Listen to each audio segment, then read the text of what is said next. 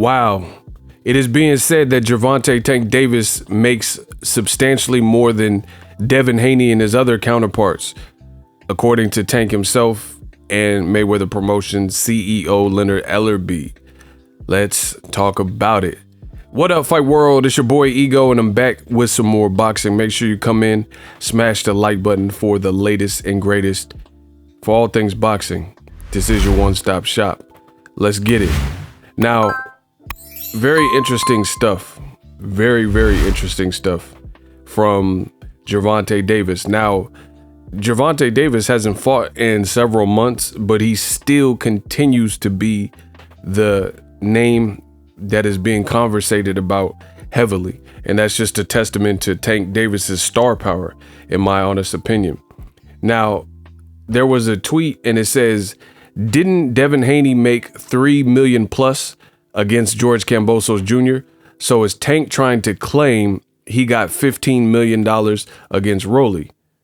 And this is in response to Tank Davis previously saying on his verified page, laughing emoji, why they paying me 5x more than you, like I have all the belts, but bum ass And another thing, stop trying to be me, chump. The people starting to notice. And that was in response to Devin Haney, who says that Tank, he never gonna fight nobody. He's 27 years old with a Mickey Mouse belt, and the best person on his resume is Pedraza. Uck out of here. And they put the shaking my head emoji and the clown emoji. So Tank is saying that he 5X's Devin Haney, and Devin Haney gets paid comfortably as well. So he's comfortable that he's making considerably more. This seems to be substantiated by Mayweather Promotions CEO Leonard Ellerbe, who said on his verified page, the last thing your hating should be concerned with is how much money Tank makes. Just know he makes way more than his comp, and it's not nowhere close, end quote. So Tank Davis, I seen on his verified page, he sent another tweet and he says, I didn't lie yet. So he's making it sound like he's 5Xing his competition, which, you know, truth be told, it could be true. It could be true because let the haters tell it. They're making up numbers about Javonte Davis and the reports are saying different numbers. But the people who are in concert with Tank and doing business seem to be extremely happy with the results that Tank is getting. In fact, you got to use a little bit of logic, a little bit of common sense, which I'm known for using on my channel. And the reality is this.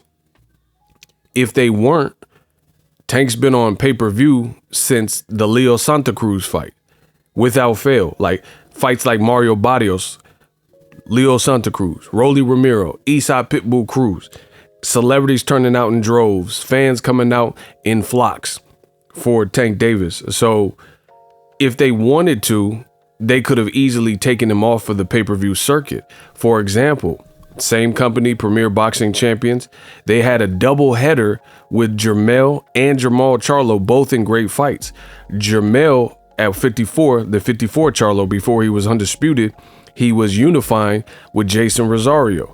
And then Jermall Charlo was thought to be in a dangerous fight with Sergey Deryevchenko after many people, including myself, believe that Deryevchenko beat Triple G. Hell no, God say Max, right? And they did that on pay-per-view. And correct me if I'm wrong, which I'm not, Jermell and Jermall Charlo haven't found the pay-per-view opportunities or haven't been placed back on pay-per-view since that moment. But meanwhile, you got the haters saying Tank ain't doing numbers and claiming he flopped. But at the same time, if that was the case, then why did they keep him on pay-per-view? You know, again, simple common sense, apply a little bit of logic. You know, I don't know all of his financials and this and that, but I do know common sense. I do know logic. I do have rational thinking in my brain. So again, Showtime, PBC, they could easily take, if it was like a bust and it was like, you know, a mission that they should abort, then they could easily abort it and say, hey, you know, at the end of the day, this ain't working. We got to put Tank versus Rolly on regular Showtime. But they're not doing that. and they haven't been doing that consecutively. So to me, that's a testament. I think the Tank experience is getting bigger and bigger. I do know Devin Haney makes a lot of money. I would definitely say Devin Haney is the next in line in terms of making that paper in the 130, 140 pound range.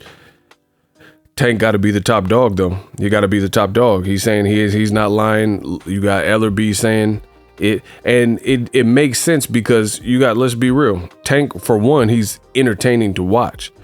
You look at his last fight, he had 18,900 people in attendance. So imagine being the headliner to that, and you have almost 20,000 people in the Barclays Center. You get a cut of that probably, right? Or your pay is somehow, you get some type of commission or, per diem or whatever you want to call it for that. Then you get a percentage of the pay-per-view because you're driving pay-per-view sales. And let's not forget, Tank and Rolly, both, they did an amazing job selling the fight. They had 2 press conferences and they were both very good, because the first press conference, the fight didn't happen because of the legal issue that propped up for Rolly Romero, but they did end up fighting and they did a whole nother press conference, and then Tank pushed Rolly off the stage and things of this nature. So at the end of the day, it became a sought out event. I know a lot of people that traveled for the event, and men lie, women lie, numbers don't. Tank is doing numbers. He's saying he's 5X in his competition, which leads me to my next point. Again, I do think Devin Haney makes a lot of money, but his fight hasn't been on pay-per-view versus Tank has been on pay-per-view, and he's doing bigger gates. I don't know. I'm sure Devin made good money in Australia with the Kambosos fight, but allegedly, that's a lot of Kambosos crowd, I would imagine, and he was the A side versus Tank. He's the A side, and he's responsible for a lot of the A-listers coming, the Magic Johnsons, the Madonnas, the LeBron Jameses, and stuff like that. At the end of the day, a lot of people didn't even know who Eastside Pitbull Cruz was at the time. I did, but there's a lot of people that didn't. And you got LeBron James and all these A-list basketball players and celebrities went to the Staples Center to go watch Tank fight. So at the end of the day, it makes you wonder, what are some of the other fighters earning, not to pocket watch, but if Tank is making 5X more than Devin Haney, he's claiming. Ryan Garcia had a spat with Golden Boy where he was complaining about his purse. So they're saying he has all these 8-9 billion Instagram followers, but he's not making more money than Devin Haney. And then Tank is saying he's making 5X what Devin Haney makes. So the ride gets trippy. Same thing with Teofimo. Teofimo said at one point he released a tweet and said he's doing nothing but 5 million minimums. Next stop is 20 million minimums, but he's not fighting on pay-per-view. The purse bid that Triller won, they defaulted on, and then the second place bidder, which was Rematch Room and Eddie Hearn and DAZN, didn't even bid enough for you to have earned $5 million of minimum. So we know what Teofimo was saying. We got J-Lo and all that. We know that wasn't accurate. So, the bottom line is Tank is really what they say he is. He's the youngest in charge. He's making the most money. And then I would say second would be Devin Haney. Point blank, period. You can say anything else you want. The haters can hate, like, oh, Tank needs to fight this person or that person. Lomachenko ain't on pay-per-view. Devin Haney hasn't been on pay-per-view yet. You have really no one. Ryan Garcia. Tank is the only one in that age group, in that 130, 140 range, that is on pay-per-view consistently. So it is what it is. Drop your thoughts in the comment section. Let me know I did. As always, hate, comment, and subscribe. Till next video. It's Ego signing. You did. Introducing Super Thanks right here on the official Boxing Ego YouTube. Super Thanks allows you, the viewers, to show a little bit of extra gratitude, which enables me as a full-time content creator to push out the content you need in the world of boxing. Underneath all the videos, you will see a heart with the $sign in it. You can enter any amount that you find suitable as a Super Thanks. A brand new, interactive, and colorful way to get your comments highlighted and noticed by not only myself, but other people on the YouTube platform. Super Thanks, a unique and cool way to show and applaud us full-time content creators. Hopefully you guys enjoy the content. Super Thanks. The future is now. The Hibernation 5s by Kenichi Bear. Hybrid gaming and lifestyle headphones. Out of the box, you can connect to any console or PC, Bluetooth ready, with a low latency USB adapter, color RGB, and extreme bass mode. The Hibernation 5s adjust to you. Whether you need a gaming, travel, gym, or lifestyle headphones, the Hibernations got you covered. The new Hibernation 5s, link in the description. Customize the way you hear the world. Welcome to the nation.